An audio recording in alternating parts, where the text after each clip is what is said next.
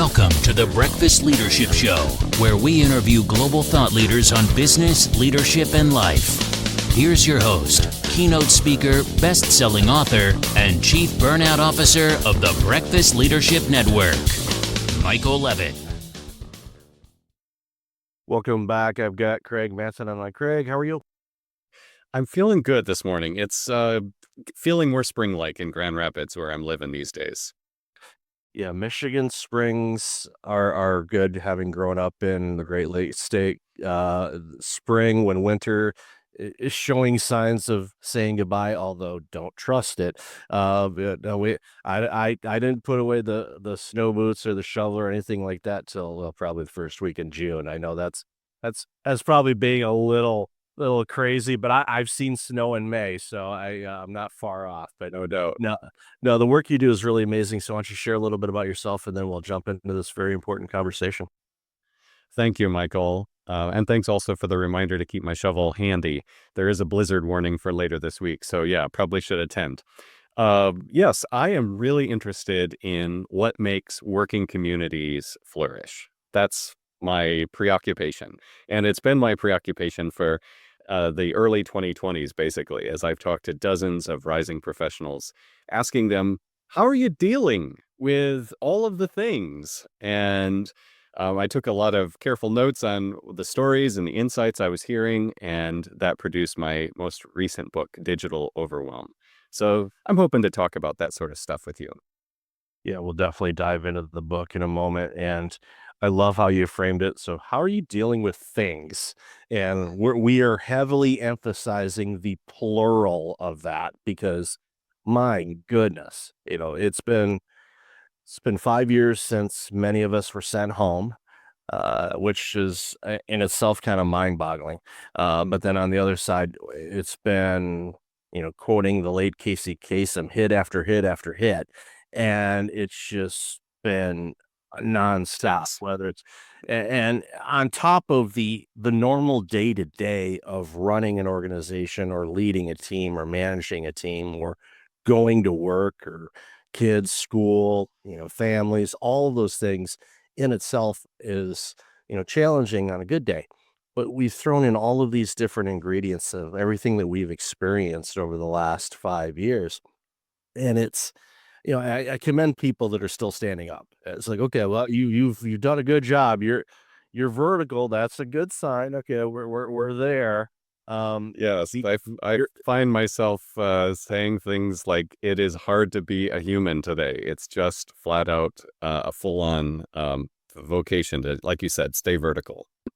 Yeah, so, in the workplace, and again, with all of the dynamics of what we've seen with the remote to the hybrid to the get your bum back into the office to a mixture thereof, a lot of people are, looking for certainty, and the only thing that's certain is uncertainty, and that's that's not comfortable for us as humans. We want at least some structure. Some people, excuse me, love more structure than others.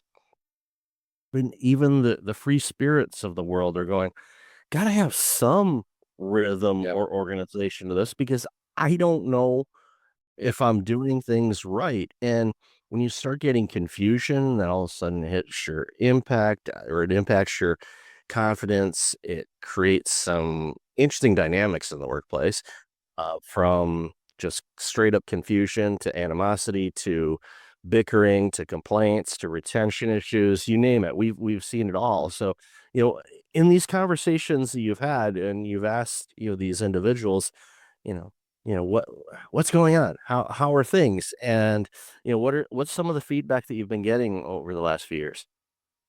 I think some of what I've been hearing is good for the Breakfast Leadership Network, because what I'm hearing is the importance of like everyday human decency, and awareness and sensitivity, just like kindergarten stuff, basically. The stuff that you'd think we don't need to talk about, but that actually podcasts like this one are really good about talking about and really essential for talking through. So what I did was to take notes on what people were using to cope with the intensities that you were just describing, Michael.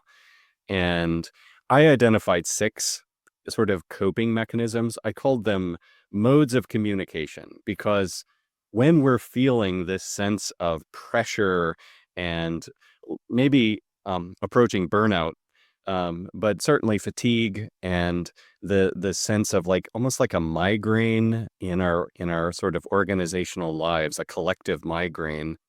Um, yeah, we tend to resort to modes of communication that yeah, work for us. And my recommendation in my book again and again is get good at switching your modes of coping. Learn to be flexible for the good of your coworkers. And that's important. And a gentleman that I interviewed on my show a while back, Jonathan Shepard, he does a ton of work. He's attorney based out of New York, and his focus is on the multi-generational workforce, and each generation has different needs. Right. We know what the baby, being a Gen X, I know what the baby boomers are like and what they want because I've worked for them my entire life. Right. Gen X, so I know what we like, the millennial generation and Gen Z, and now Gen Alpha is starting to show up in the workplace. So you've got all these different generations, and while yes, there's a lot of similarities, but the needs and desires and what they want out of life and work are polarizing different. And I'm not trying to, paint a broad stroke saying every millennial is this way or every Gen X is this way or every boomer is this way. That's not the case. There are degrees of uh, Mhm. variety where there are people that are, they emulate other generations, which you basically want to be yourself. And I think ultimately when you're working in a workplace, understanding that there are different, I don't call them motivators, but different needs and desires and things that encourage people to engage is critical. And we see the stat, Gartner's been releasing these studies for years on employee engagement. And, that number is dropping like, yeah, it's like the brand new ride at Cedar Point. It's just like grade down. And you can tell them, that's when I mentioned Cedar Point, but it just straight down. And you're like, okay, this is defying gravity. Am I going to blow out of the seat? And there are some days where I think a lot of people, when they go to work, they feel like they're going to get thrown out of the seat. And that's, something for us to focus on. So love to hear your thoughts on that. Yeah. I wonder, I'm glad you brought up the intergenerational element to this. I decided to talk with Gen Z and millennial professionals. And some of that was like, who is available? But some of it also, as the longer I thought about it, was who's precarious in our organizations. Gen Xers and boomers may enjoy a bit more economic security, and they certainly have more social capital in their organizations. They've just been around longer. But these rising professionals can tell us things about our own organizations because they are fragile and because they are sometimes precarious. So I don't mean fragile in some kind of demeaning sense like they're hothouse plants, but just the fact that they just sort of started in their career, or they may be only 10 years into their career, gives them a certain kind of, I think, important standpoint for the rest of us to listen to. I got a question for you, Michael. I wonder what have been some ways that you have found to connect with people from other generational standpoints? How do you do it? For me, when, the last organization that I led besides my own was a multi-site healthcare clinic, and we had 16 different nations represented. It was a multicultural organization, different ages, all the way from old to, we had a physician that was nearly 90 years old to, a recent grad and a recent grad and, RPN students, you name it. So the full gamut. Uh, Basically for me is, meet them where they are, seek to understand their point of view, listen. I mean, truly listen. And we are so often, and this is not being critical of humanity, but we often listen to respond instead of listening to understand. And when I went into this organization, they had a lot of turnover. They had retention issues. It was toxic. If you went to Wikipedia and you look up toxic workplace, there's the address of that organization. It was not healthy. And I said, yeah, I want to go work there. And everybody's like, are you crazy? And yes, I am. But I'm not in this situation. I'm not acting. Maybe I am, but I'm and I know that I can correct this because I understand the dynamics of what's going on, and I know what likely needs to be done in order to change that. So we went from having tremendous turnover to barely having any turnover, growing it, adding additional physicians resources, and this was an underserviced community. So it's one of those things that I'm very proud of what Yeah. was pushed by the team. It wasn't me. I just brought in people and created an environment for them to thrive and ask them, what do you need? And I remember like the first couple of weeks I was there, I interviewed the entire team and I said, okay, if you were in my chair, what would you do? So there's nothing off the table. Question. And they gave me some low-lying fruit, great ideas, and I implemented probably half dozen of them. We got approval from the board, of course, but yeah, I got those things, and all of a sudden, they went, not that they were getting the things that they wanted as much as he actually listened to me. Hmm. And Yeah. it turned the temperature down a bit. And then over time that built up in trust, and it got them to the point where I was rewarding them and encouraging them of thinking outside of the box and going, let's launch some new programs. Let's partner up with other agencies. What can we do to build up this thing? Because again, this is an area that has been starving for good healthcare for decades. Let's do something about that. So yeah, we had a common rallying cry around that, and grew it and improved the lives of a lot of people. And it's again, to get back to your original question, basically you just listen. I know it's simple to do, but it's also simple not to. And unfortunately, too many people don't listen. Yeah, I love that story. I think that's that's so wise, frankly, and life-giving to hear about how responsive people can be if you just stop for a moment and say, yeah, what do you think about this situation? I think my book is focused on the sort of what the digital does to that simple practice of listening. It really does. It doesn't make that practice impossible, but it does change it in some ways. And so I looked at the ways that you might say the ways we have to listen in digital spaces. One of the complexities of that is that digital spaces can feel like this one right now with just you and me talking. They can feel very like a dialogue, a conversation, almost intimate, interpersonal. But at the same time, the digital makes them a broadcast too. This podcast is not just between you and me. It's sort of being beamed out to other people, or eventually it will be. If I don't like blow this up in some way, Michael. Uh, so the digital can weird our sort of ordinary human practices of speaking and listening to one another. But I think the good news is that with a little bit of attention and effort, maybe a lot of effort, we can do exactly what you're talking about, even in situations that are made strange by rapidly developing technology. Yeah, let's definitely dive into your book, Digital Overwhelm, because that was something, especially with the pandemic, when everyone was sent home, they all got to know this thing called Zoom or Teams or Google Hangouts or whatever mechanisms they were using.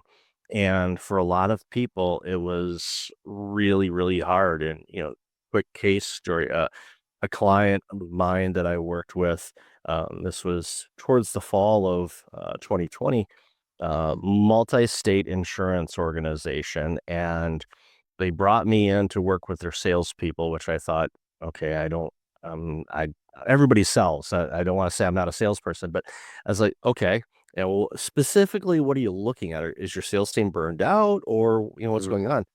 And it boiled down to, they were stressed and they were approaching burnout because the way that the sales team for these agencies and this organization, they were so used to going out for lunches, going golf, go to dinner, and entertaining their clients and meeting with them and face to face.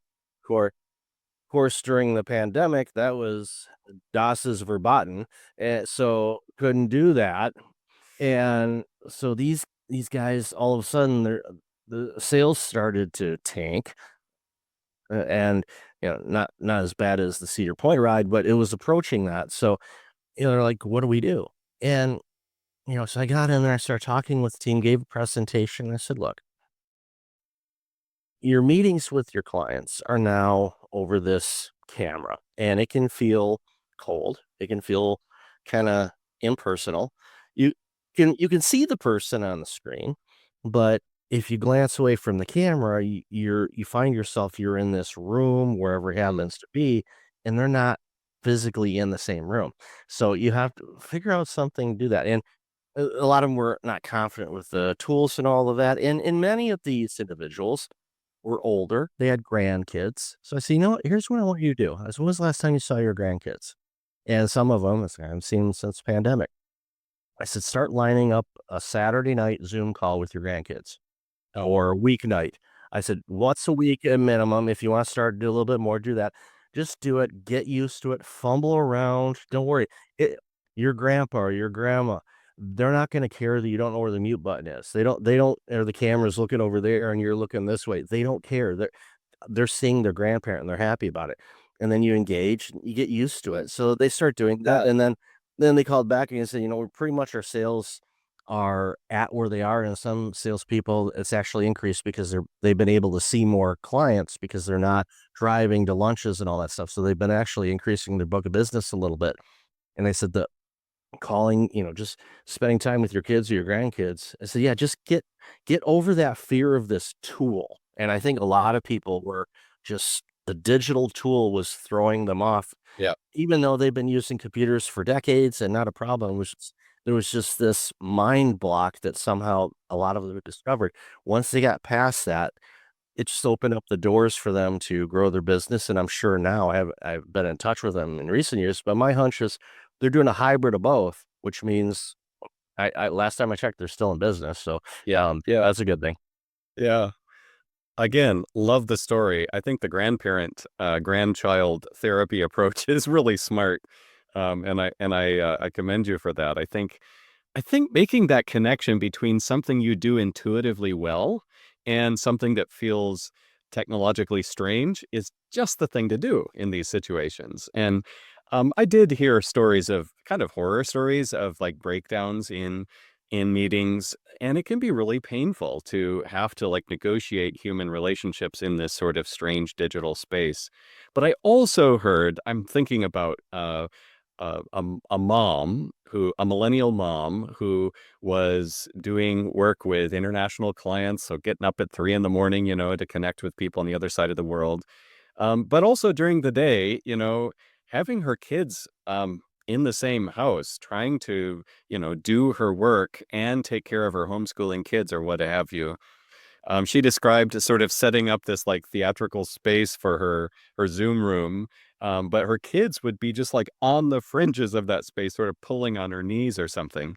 And yeah, even so, she found the wherewithal to say, I guess, just good, simple human questions like, "What do you need?" Asking questions like that enabled her to make those sort of genuine, organic human connections. And I think it's a remarkable thing that, every technology in the history of technology has weirded us out. Back to the pen, 2,400 years ago, Plato was freaking out about the pen. And every, time there is another development, we have this period of massive adjustment. But humans are resilient and we're hypersocial and, take the time, like you said, to make that connection between something intuitively how to do and something that feels technologically just a little bit strange. Well, to date myself, I'm still thrilled that the remote control for television was created, so I didn't have to change the channel every time my dad wanted to change the station. I'm like, what are you doing? Yeah, I was like, I remember that Zenith remote control. Plunk, plunk, and it made this clunking noise. It was amazing. I love Uh, that thing. And uh, I know you can buy them on eBay. It's like, but I have got enough trinkets in the world. I don't need to get those. But that was probably one of my favorite non-toy items because, like, I don't have to get up and, I'm sitting there playing, yeah. change channel. Oh, get up. But I could have I could have sat closer to television, but they said, don't sit too close to the television, it'll ruin your eyes, as we're on these screens all the time. It's like, yeah, yeah. Yes. We're Yeah. we're we're very adaptive, but sometimes we kind of regress a bit in some things. So Yeah. in your book, I mean, obviously there's a ton of findings on this and all that, but what are some things that people can do to help them kind of prevent the overwhelm of Mhm. these tools and you've already hinted at it and just asking people how they are humanizing things and that's Yeah. that's that's that's my ultimate hope and a foundation for everything is Mm. humanize the situation. And so I'd love to hear what some insights that you have about how you help people through the book. Yeah, I think, podcasts like this one, just like using that simple word breakfast in the title of your podcast, like I think that in itself kind of universalizes and humanizes what we're doing. We're just, we eat together. And that's a simple human practice. So I was on the lookout for those things. There are basically 6 chapters in the book for each of the modes of communication that I discuss. And I look at the strengths and weaknesses of each. But then every chapter is followed by a half chapter. And I called it a mode switch workshop, in which I would talk about how to kind of change your mode, whether that's working with email or working with a podcast conversation like the one we're in, or as dealing with Zoom room fatigue, um, or the challenges of technology breaking down. So in each of those half chapters, I'm kind of working through approaches, techniques, tactics, strategies for dealing with that digital overwhelm. But here's the core insight of the book. The core insight: a lot of people, when they're faced with digital overwhelm, that sense of too much, they retreat. So they sort of pull back and they practice a kind of digital minimalism, which is that's real wisdom. Like sometimes that's just what you got to do. Like you said, I have too many toys, too many trinkets, I'm not going to add more. And so I think sometimes digital minimalism is the thing to do. But my book actually recommends, through if you follow the arc of the book, it's basically recommending not digital minimalism so much as digital flexibility. So it's more of you might say it's more yoga than a sort of asceticism or going Amish. It's more about saying, how can I multiply the ways I deal with these digital contexts rather than reducing them? And my reason for that is that many people don't have a choice. Like, we're just forced to be on a lot of platforms. We have a lot of usernames and passwords, to put it simply, and we can't get rid of the tech in our work lives. Our managers, the owners, and the tech industry itself kind of require us to be digitally engaged on multiple platforms, and so that's why I'm recommending and trying to show how to practice digital flexibility. I was at a restaurant. I won't name them because they're not a sponsor, but they they want to sponsor me. I'll put on a hat with the name on it if they want. But I'm cheap, man. Yeah, yeah. But it's okay here. Sign up for our discount program, which I'm like, okay, that's cool. It's like, but you got to use the app. It's like you go to their website on a computer. It's like, what are you doing? It's like app. So our phones are loaded with all of these apps, and so they're great devices. I love my smartphone. My brother coined my iPhone the iBanky because I'm always on it like a pacifier. And and I always do this thing. It's like, and he forgets this. So but he doesn't forget it now. But the first time he did forget it, he's like, "Will you give me your phone?" So here's my phone. Like, I handed it to him, and then I reached in my pocket and I grabbed my second phone. So So I don't normally keep my phones in here, but I was like, it's like, just keep them here. I got them on silent, but at the end of the day, they're great devices, but you got to have boundaries around how you use technology. If you work for someplace, I know you hear that, the ding in Outlook, and all of a sudden there's the Teams invite, and you say a few choice words, and then you go on to the meeting. But ultimately, a lot of it is just mindset and reframing things and going, okay, Yeah. I get to go on this Teams meeting. I get to do this for work. And when you start to use just go from have to get to, it lowers the pressure a little bit, and and you go into it, and when I'm working with people or teams, so like, okay, let's, pardon the pun there on the working with teams, but ultimately when I'm working with groups or individuals, it's like, okay, what could you bring to this? Mm. Even if you don't feel you're being acknowledged or recognized or listened to, still give. And the reason why you do this is, if for some reason, organizational changes, or you find some other opportunity and you update resume.doc and you get hired somewhere else, you're already in the habit of positive work ethic and work behaviors and actions. So you don't have to turn that on when you get in a new place. Because when you're in a new place, much like dating, you're trying to impress the other party to say, yeah, this is a good decision to spend time with this individual. And, you know, and if you don't, then you're just mailing it in and not doing anything. When you do switch, also, you're not going to be able to do that. And it's hard for you to kind of turn that back up. So my goal is, even if you hate your job, which hate's a strong word, but I know some people strongly feel that way about their place, still do your best, because what that does is it represents you. People will notice, the right people will notice, even if it doesn't make a quote unquote impact there, it's going to make an impact because you're already doing it. And it makes your days go a little bit better. Even if you don't like the place, you're like, I know I did my best today. And if you can do that day after day, things will sort out. And again, whether it's leveraging digital, just controlling everything you need to do, it's so important. So as we wrap up, I mean, is there any guiding advice that you'd share with people you haven't already shared with us this morning? I'm going to plagiarize a little bit from what you just said, Michael, that I think being the giver in the situation is the most salient and resilient insight for organizational communication. I remember a guy I interviewed who, in the depths of the pandemic, whose company was really struggling. And instead of saying, how do we survive here? He asked a different question. How can we give here? And that actually brought him in more clients.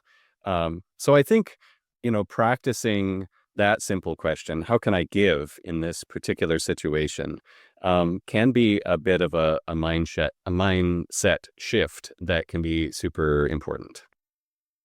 Words to live by. So, Craig, love this conversation. Where can people find out more about you and this awesome work you're doing? Well, thank you. I'd appreciate it if they'd stop by my website, themodeswitch.com. That's all one word, themodeswitch.com. And look for my book, Digital Overwhelm, on Amazon or other carriers. Yeah, definitely all of that. And in the show notes. So, Craig, thanks so much for your time today. Really appreciate you and love the work you're doing. Likewise. Thanks, Michael.